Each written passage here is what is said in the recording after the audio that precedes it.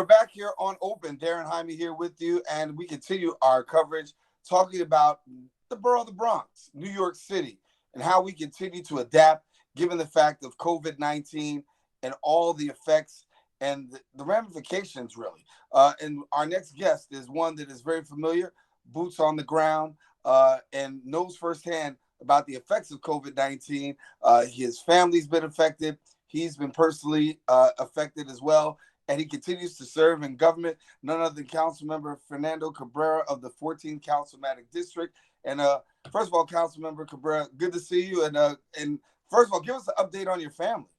Well, thank you so much, Darren. Thank you for having your show. My son, ironically, he recuperated and went to his quarantine, and now he's working in one of the testing stations.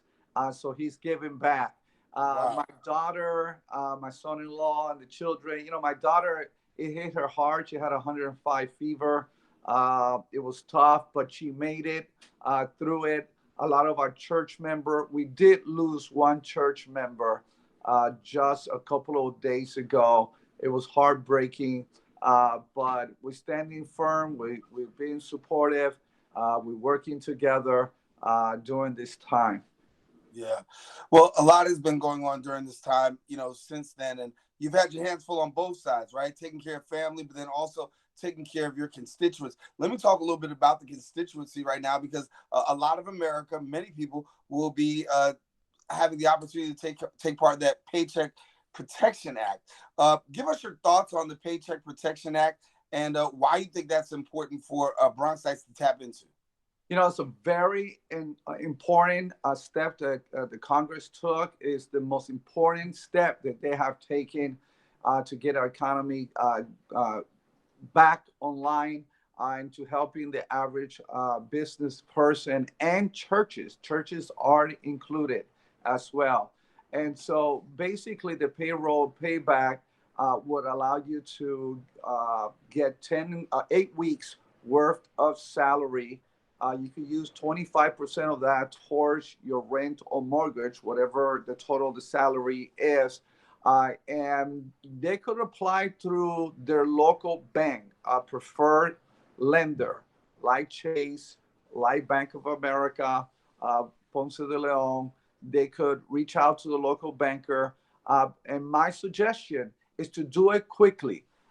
There's only so much money. Now, this week, Congress is going to come back and put another $250 billion because the first installment, they're basically running out of that money. So they have to come back and redo it. You could do up to $10 million if that's what your salary base was at, if you have 500 or less employees. This is going to help. I'm telling you, I'm getting phone calls from business men and women who are very concerned that they want to bounce back, but it takes capital to do that. And I think that Congress, after this, may have to do another extension of it, because the prolonged time that we have right now is really putting some businesses deeper and deeper in the hole, especially when it comes to rent. I think that's going to be the fundamental root problem at the end of the day. Yeah, talk to us about rent, because you have a lot of population that's out there right now in the borough who are renters. Some of them are having a hard time being able to pay their rent, and understanding that, yes, there can be no evictions during this time. And I understand that's what the law says, no evictions during this time. But there still is a heavy concern that after this is all over, if I still don't have a job, where am I going to live? So have we even looked at that? And what kind of advice do you have, or what kind of legislation can we see coming that may be able to give some support to people? So there is a moratorium until June 20th. So no one can be evicted. If you find yourself in that situation, call 311. It's that simple. Call 311, and the city would assign a lawyer to you to make sure that you don't get evicted.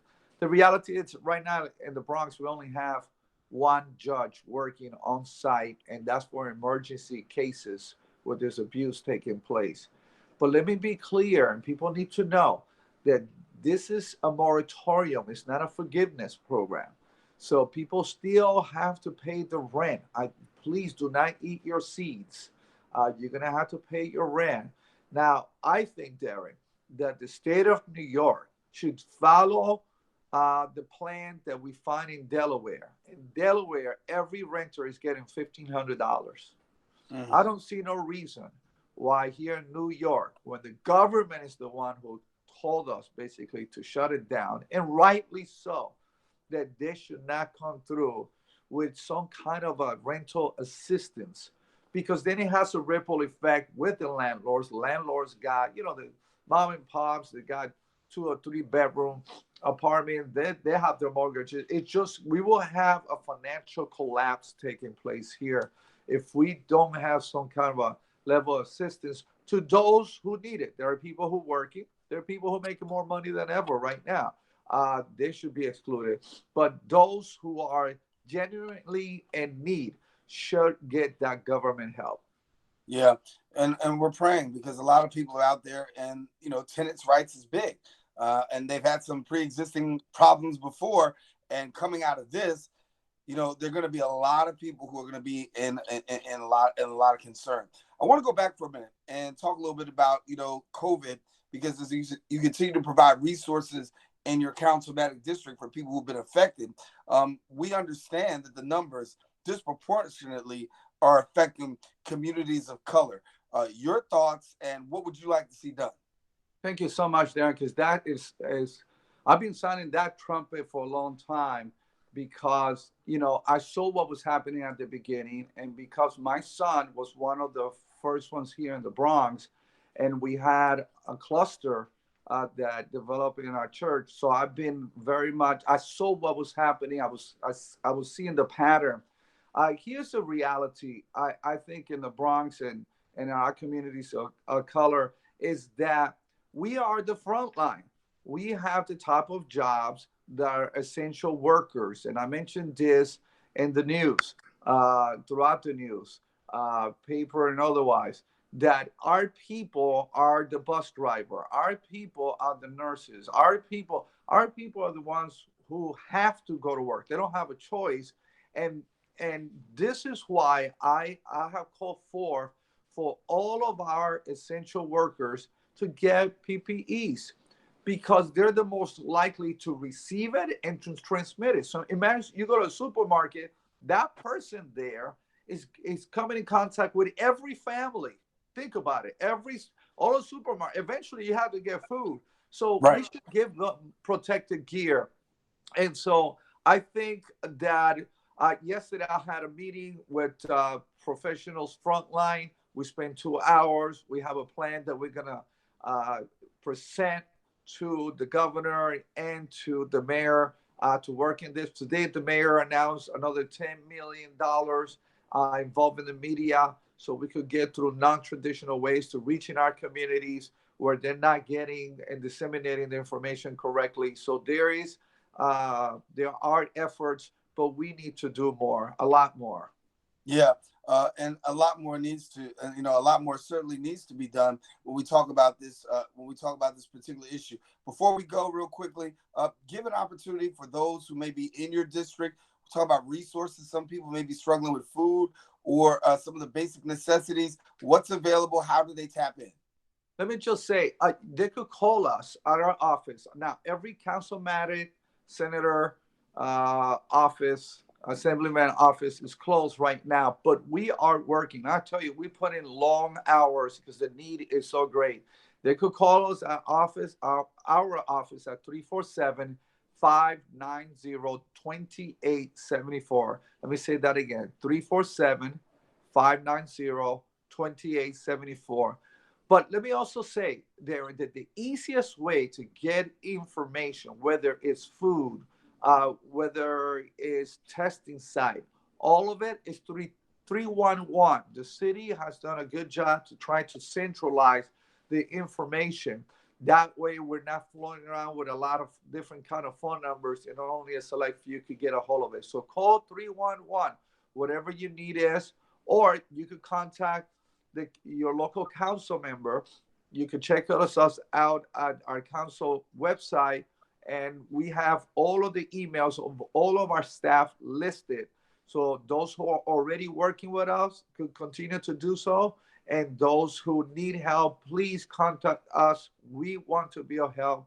We have seen tremendous help. There are even something as how do I go about doing a funeral? Mhm. We have received phone calls of families that don't understand the process, the food process. Right now, the Kingsbridge Armory, they're distributing food to those who don't have Meals on Wheels. Every other day, they will call in and food will be distributed to them. There is a lot of help, mental health, NYC Well. They could call 1-800 NYC Well, and they could get mental health assistance. So the help is there. Tap into it. Don't be shy. This is the time that I would tell our people, reach out to it. You're not alone. Well, Councilmember Fernando Cabrera of the 14th Councilmember District in the Borough of the Bronx, thank you.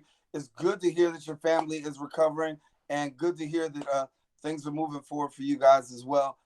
All the prayers and blessings to you. Thank you for sharing with us here on Open. Thank you so much. All righty, Councilmember Fernando Cabrera. And listen, we want you to stay tuned. We do have more Open coming up right after this.